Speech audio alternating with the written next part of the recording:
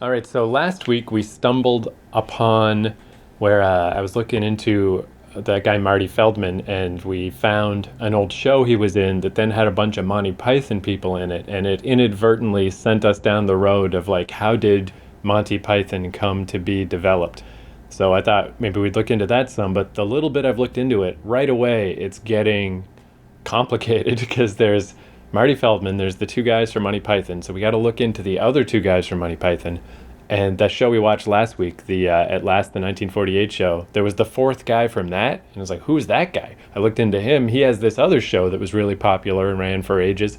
So I feel like it's going to take a little while to untangle that. But didn't they say that 48 show was tied into a college, a university, Cambridge? Yeah, that's where, I Cambridge guess, Theater or something? that's, the Cambridge Footlights Comedy Society, and that's where John Cleese and Graham Chapman met. So I don't know about the other two Monty Python guys. They came from somewhere else. So it's going to take a while, I think, to get to the center of this Tootsie Pop. You know, there's a lot of weird stuff. And then I guess the big grand finale is we'll finally watch Monty Python once we figure out how all these people came together and what happened. But before we dive into that, because it's going to take so many weeks of all this weird random old British TV, assuming it exists, I guess we'll see.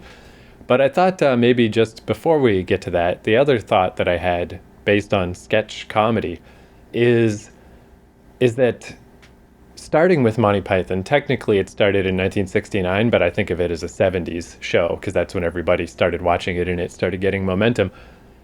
I feel like there's a pretty clear front runner in each decade for like what was the most famous or most influential sketch comedy show.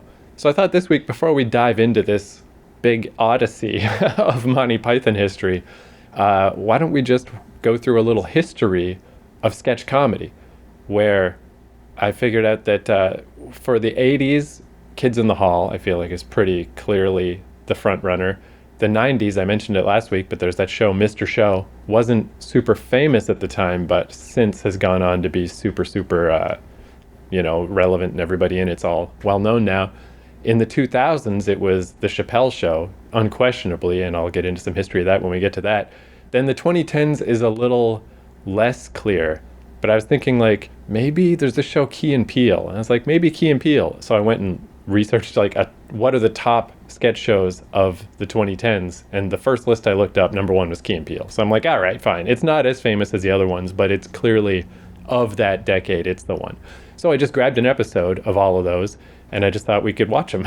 Just do a quick little 40-year jaunt through. Okay, so you're starting in the 70s. Well, no, because the 70s is Monty Python. So I thought we'll get to Monty Python. We're going to do a deep dive into Monty Python. Yeah. Okay. So it's still 4 shows. It's going to, it's more than we usually watch in a week, but I feel like we won't necessarily have a ton to say about all of these. We'll just comment on them as we go, but I just think it's kind of neat to just to watch.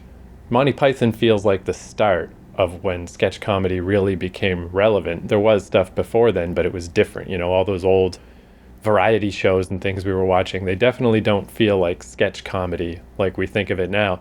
So, and we know Monty Python, we'll get back around to it, but yeah, I just thought it might be kind of neat to see sort of how it flows. And it's just kind of neat too that it's, started with a British show and then a Canadian show and then a American show, and then Chappelle and Key and Peele. There's also this distinct shift away from white people.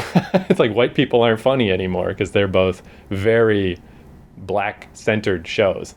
So so I just thought that's what we do this week. So okay. So since we got so many, let's dive right in. So first off, oh wait though, just a sec. I've got little notes for these.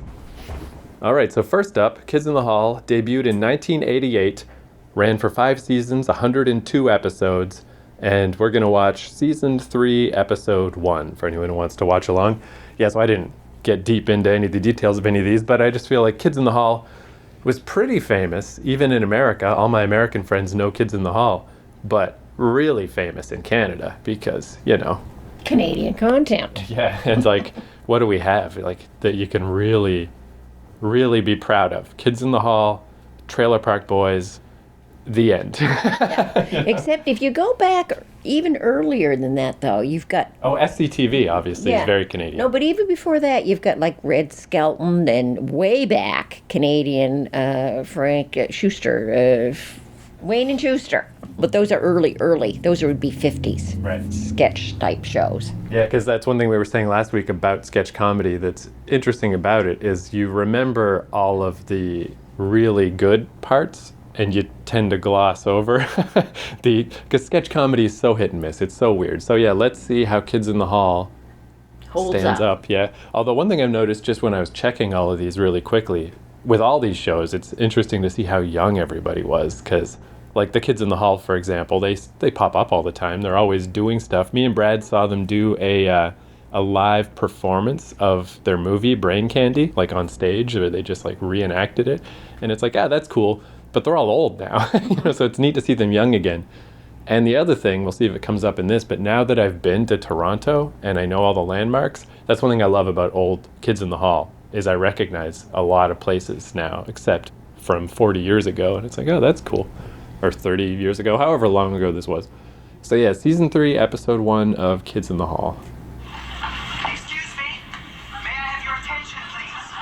Can anyone here land a plane? It's quite an emergency. What's all the roughness? My pen! My pen is missing. Yes,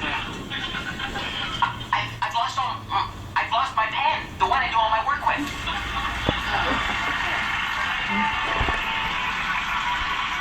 Man, I'd say that held up a lot better than I expected. Up? Yes, they hold up. But that doesn't surprise me because I saw those a few years ago again, and they were excellent. Yeah, like, honestly, instead of just picking totally at random, I did just kind of think, like, just the first thing that came to mind. I was like, what episode had my pen? Because, I just always remembered that one. So that's why I picked that episode.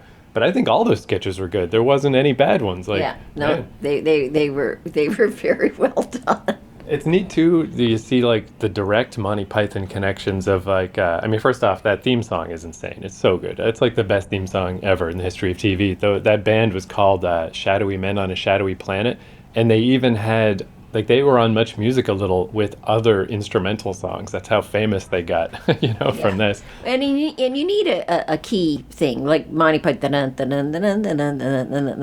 See, it's a catchy catchy one, too. So something that grabs you right off. This one does. This has held up over the years and will hold up. Yeah, and it's neat, too, where I was saying, like, them dressing as women, that's a pretty clear Monty Python connection. Like, if it wasn't for Monty Python, I don't know if they would do that. But the other thing I think is kind of noticeable is how Monty Python had Graham Chapman as the gay guy in the group, and this has Scott Thompson. And I think you can feel it, like stuff like that, at this, what is that called? Chippendales male strip club, whatever stuff. And just the sort of getting into weird sexuality stuff in general. I feel like in both shows, I don't know for sure, but I feel like it's probably having a gay guy in the group kind of opened them up to this kind of stuff. Yeah, and like Monty Python, when they play those women, they aren't necessarily like beautiful, gorgeous women that they're mimicking. They mimic just like your average type woman. And when you first look at them, you say, "Oh my God, they got a woman in there." And then you realize, "Oh no, they don't. They're just dressed up." But they play it very straight and very solemnly as women. They're not like demeaning women or anything like that. They're just playing a woman, and they do an excellent job. Probably more so than Monty Python, because the Monty Python women tended to always be like those hanging out in your backyard, talking over the fence to your neighbor. Kind of dowdy, yeah, real dowdy, and really obnoxious. Spoke in high falsetto voices. Yeah. These guys don't necessarily use that falsetto voice. Right. They dress perfectly for women of the 80s, big shoulders, power women. So much so that oftentimes when you first look at them, you forget that they are a male dressed up as a woman. It's weird to say too, but I don't know, I guess it's just natural to grade things or whatever, but I always thought Dave Foley, I'm like, wow, he really looks like a woman. He's the one who looks the most like a woman. He makes a great woman. Not that that's relevant to anything. But they all do. Every one of them. And their makeup is fabulous. I mean, when you look at that chicken lady, she's got the beak, she's got the feathers. And when they did Dave Foley with those boobs, God, what a good job they did on those boobs.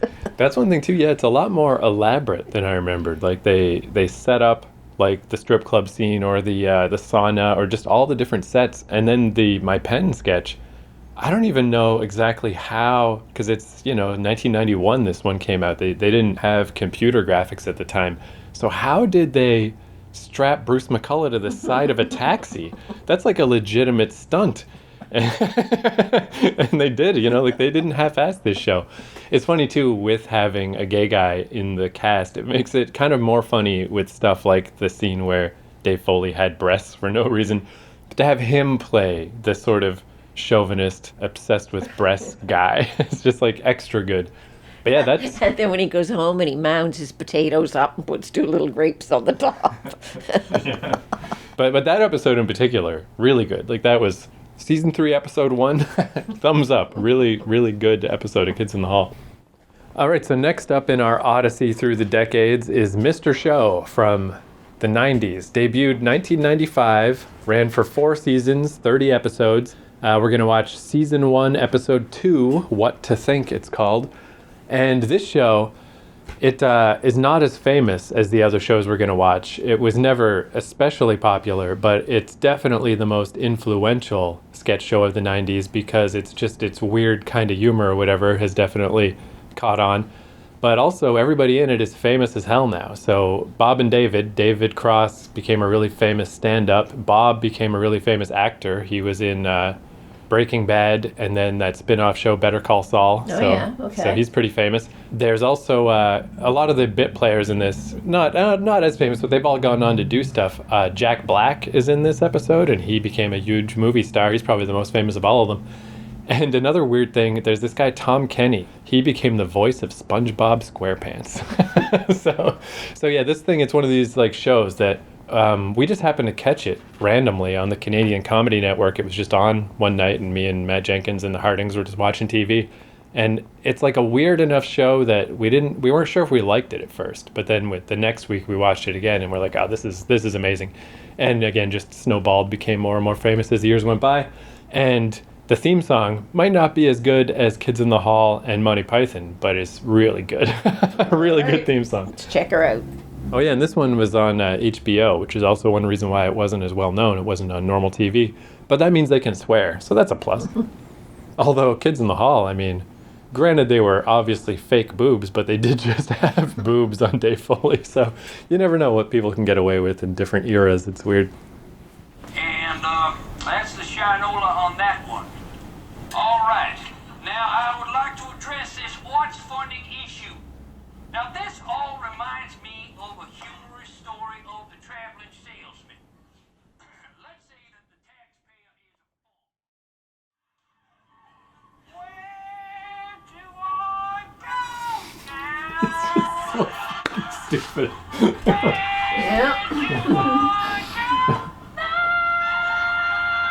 So yeah, that was significantly different. I can feel it. Not even close to Kids in the Hall. It was definitely not going over with you, but I do feel like it's one of those shows like it takes, like I said, when I first saw it, I didn't like it that first week, or like me and the Hardings and Matt watching it were like, well, what the heck was that? And then it grows on you, and I feel like that's a good example. Because like if that's the first one you saw. Well, it might grow on you, maybe, but it doesn't even have the tightness that Kids in the Hall does. Right. Kids in the Hall just flows. Yeah, that actually, the structure of Mr. Show reminds me a lot more of Monty Python, the way things flow into one sketch to the other. But I do think, yeah, it's way less funny. I mean, it just is. It's like... Well, and I think they could have tightened it up and shortened those skits down a whole lot. Like Right. they kind of dragged. And then they kept coming back to the same theme, as opposed to having... a number of different things going on. Everything kind of tied into the same theme, which basically was the ending where the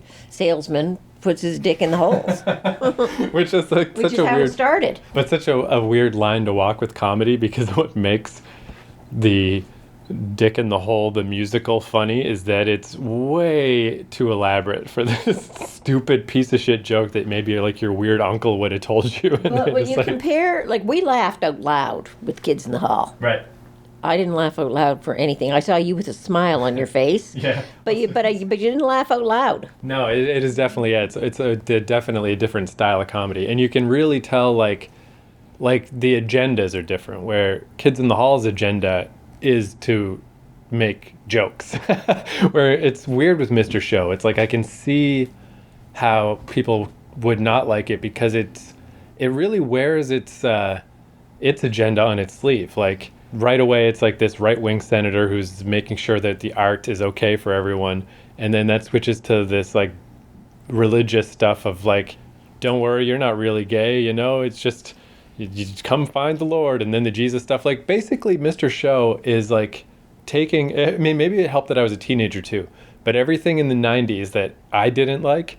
Like I don't like censorious old government people. I don't like religion. I don't like stupid fucking musicals. I don't like any of this stuff. And Mr. Show is saying fuck you to all that. Mr. Show is like making a commentary on right-wing America for the most part. Right. It also is very much like a show. Very limited sets. I was almost like watching like a stage show. Yeah. And a skit on a stage show, whereas Kids in the Hall is much more out there with scenes. They're out in the street, they're in buildings, they're all over the place. One thing though that all these shows do that I wonder if Monty Python started this. I mean, I guess maybe that 1948 show did this too, but just the idea of the two sides where there's the live sketches in front of a crowd and then there's the pre-taped stuff. And in Monty Python and Kids in the Hall, it was more back and forth, where Mr. Show, it's more integrated, but they all kind of do that, which is kind of interesting. That is one thing they all have in common is like the live stuff with the crowd. And it's interesting having a live crowd because as opposed to a laugh track, because you can tell when stuff is not going over. Like I don't think that crowd really liked that Mr. Show that much either, to be honest. They laughed at things that weren't even the joke. They're trying. They're looking for something to be funny. This reminded me very much of Saturday Night Live skits. Right. Which are live acted. Yeah, you see one skit, and then you move into another one. But they're very, very limited in the environment in which they set up stuff. But and I think, definitely, if you just had to pick like which show is funnier, like obviously Kids in the Hall is much funnier, but that's kind of what I was thinking might be interesting about this going through the decades is how have things changed? It hasn't even been that long since Kids in the Hall started, but this is the direction now of like, let's be a little wryer or trying to be more clever as opposed to just telling jokes, Yeah, but Kids in the Hall were able to do the same thing, but without being in your face with the swearing and commenting on the swearing. They just kind of did it. Right. They just, I don't know how to explain it, but it wasn't in your face, which is what I found this one was. It's like, we have to explain to you this stuff. We have to explain to you these jokes. We have to say it's okay to swear now in the 1990s. And whereas Kids in the Hall just did it. Which is, that's one thing that's interesting, I find too, just going through changes, even if you wanted to make the argument, which isn't so hard to make, that the Kids in the Hall style is better and that worked better. But it won't work forever. You can't do that. Although it does keep coming around, because I don't know what we're going to see from here on, but have you ever seen the Baroness von sketch shows? No, I they're don't know women. And they're women doing basically what Kids in the Hall do. Right. For women. Very short little skits that move from one to another, but they don't tie in to each other. They're all like separate little skits, done with a whole lot of scenery, background, that kind of stuff, like Kids in the Hall. It would have been done well in the, I don't know, started maybe 6 years ago. It's on CBC. So anyway. Yeah, and I mean, maybe it even is, like what is old is new again, but it still has to go through a cycle to get back to that. So I just think that's kind of interesting about going through the decades of like, whether for better or for worse, things always shift. So anyway, a very distinct shift, no question there. So this next one though, and again, Mr. Show, I guess it's the odd one out as far as these go, because it wasn't that popular necessarily. It's one of these, like, looking back, it was influential.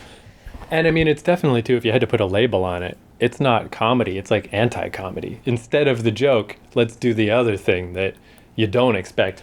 So anyway, that got us through the rocky terrain of the 90s.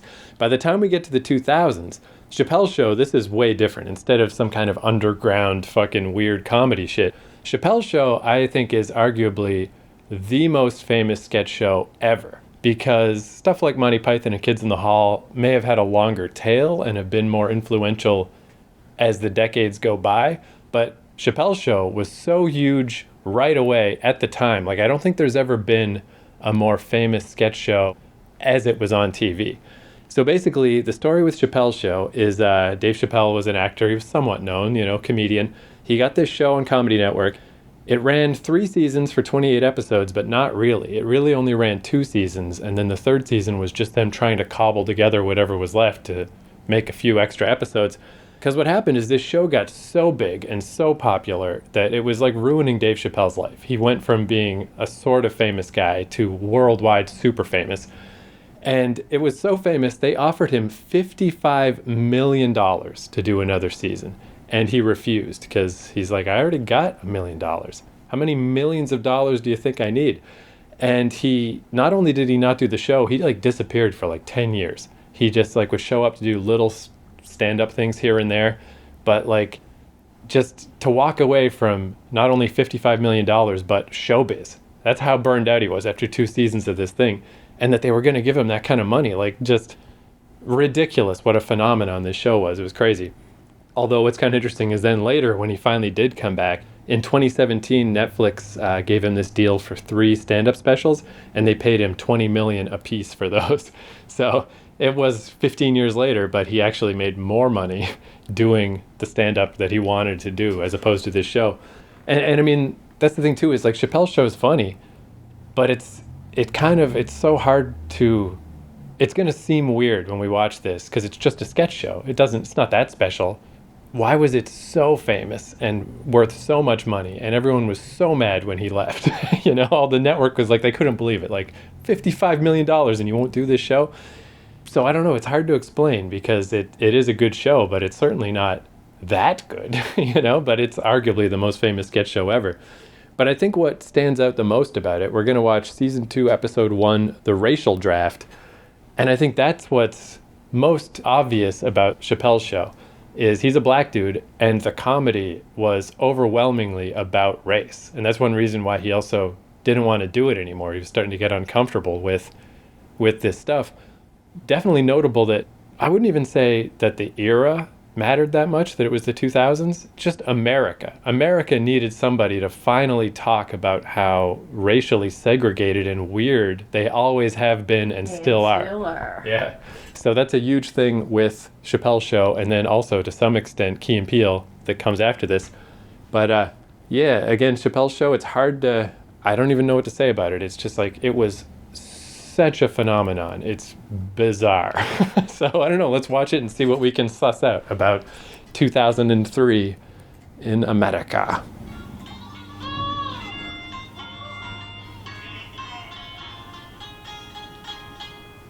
Let's start the show. Not a bad theme song. not as catchy, but still not bad. One would be, guys. I'll have a scotch on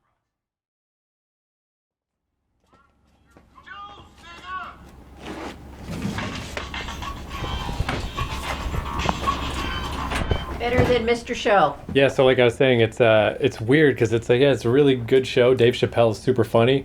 It's like, and I guess when the show started, it was just a funny comedy show. It's just weird historically to look back at, like that it was so successful and had that whole thing where they offered him all the money in the world, then he left. And it's like, what show can possibly live up to the place it has in comedy history? But it is a really good show, clearly it's not like it doesn't make sense.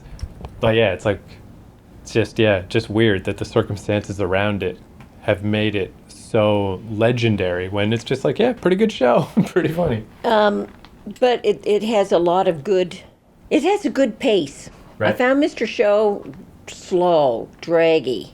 The last skit that he did there was a little bit slow and very time sensitive. Like a lot of the people that he named were very big in the like late 1990s, Right. early part of this century, and now you'd say, well, who is that guy? Who was that? Who was that? If you weren't. Yeah, and it's weird, right? How time passes. Like that was 20 years ago now. Yeah. It's crazy how long that's been. But a much better show. Well, it's weird too. I mean, one thing I guess that's different is these are all half-hour shows, but also that's different. Where Kids in the Hall, back then, a half-hour show was 24 minutes. Mr. Show was actually a half hour because it was on HBO, so it had no commercials. Where at that point, the Chappelle Show, it was, with the commercials taken out, it's under 22 minutes. So it is literally much shorter because that's just can you believe that's the state we were at 20 years ago with TV? 8 full minutes of commercials. Well, that's what the show, that this hour has 22 minutes. Yeah, exactly. That's what they're talking about. But yeah, hey, I mean, for comedy, maybe that's a good thing. Like filling the whole half hour, like with Mr. Show. Yeah, it's Mr. Show. Dragged a bit. It was like it was contrived, whereas this show and the shows we watched before are more. They move along more naturally. Right. They don't seem like they're striving to get a laugh or striving to, I don't know, make a statement. Right. These are just very, very natural. But do it. I mean, they give a good message. They do what they're supposed to do without, and it seems effortless. I guess that's the difference. Mr. Show seemed like worked hard to get it to happen, but these guys just. Well, I wonder too. I mean, it's I guess effortlessly. With just these little examples, like maybe you could read too much into them, but it could be that. I mean, the 90s in general was the Generation X grunge music. Like, it was about being sarcastic and dour and depressed. So even if you look at the comedy of it, like, it could be that, yeah, like in the 80s, Kids in the Hall was funny. In the 90s, Mr. Show was too cool for school. And, it's like we're going to have the comedy of non-comedy. Maybe by this point, yeah, people were tired of that shit. They're like, can we just tell a joke, please? And then combined with, I do think it is notable that Dave Chappelle did touch on a lot of stuff that maybe not only was it was unusual, but maybe you just couldn't unless you're a black guy. You can't just openly talk. Like, he has this one really famous sketch about a grand wizard of the Ku Klux Klan who wrote all these books and stuff, who's blind, and then the guy unmasks and is a black guy, and you find out he doesn't realize because he's blind. He never knew he was black, and none of the other Ku Klux Klan members want to tell him because he's such an awesome grand wizard.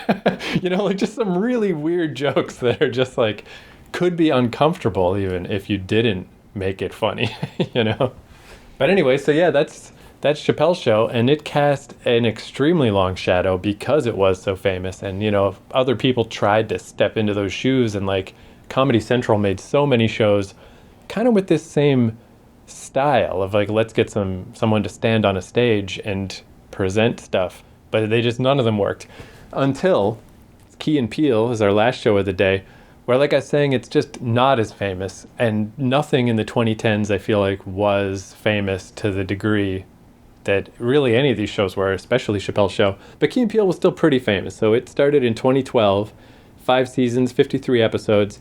And these guys also went on to, particularly Jordan Peele, of the two guys, the shorter one, he wrote this movie called Get Out. It was this horror movie where it was basically these rich white people figure out how to kind of put their souls into other bodies. So they just find some kind of underprivileged black people that won't, it's easier for them to go missing, and put their souls into these younger bodies. Super creepy and, racially charged and stuff, because it's like, like a lot of metaphor stuff going on about the creepiness between the races and stuff. But that movie won the best original screenplay at the Academy Awards. Like, it was super famous, but that was after this show.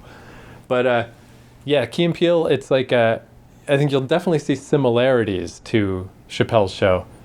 And they try to do the standing on stage bantering, but they're way worse at it. Like, Chappelle is so good at that. That's right. That Chappelle Show could have failed miserably if you didn't have a key player like him. Like, that man has a stage presence. Yeah. And he just stands up there and it flows out of him. if you had a stand-up comic who struggled at all with that movement from one joke to the next, whatever, that show would have been a complete miss. But he's excellent at that. He's just so smooth. So yeah, I think Key and Peele probably won't quite live up, because nothing quite does live up to the Chappelle Show. But to bring us up to the present, it's the most recent, the number one comedy show. So Okay. Because you're my wife and you love the theater and it's your birthday. Great. Unfortunately, the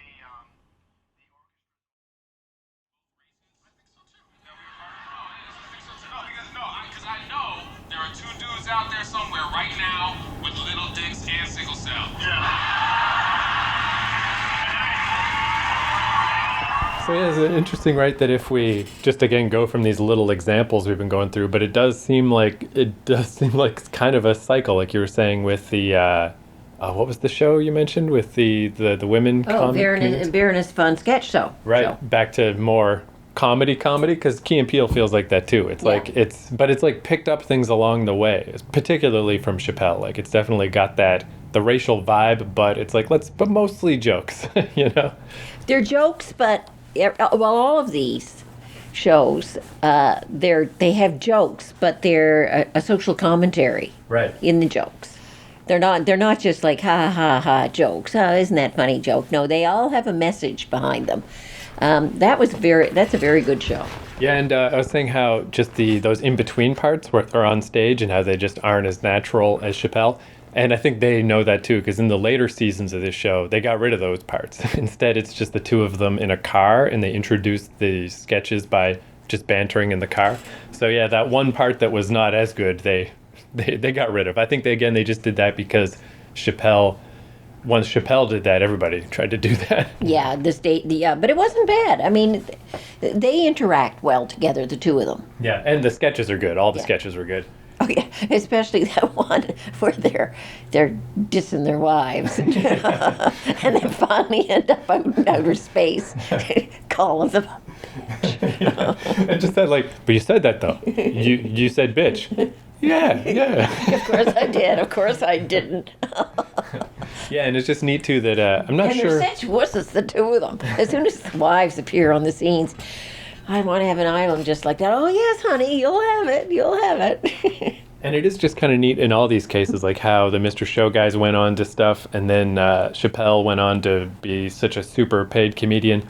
And like I said, I'm not sure what Michael Key got up to after this show, but that Jordan Peele went on to write this horror movie that won an Academy Award. It's like, man, all right, nice, talented folk.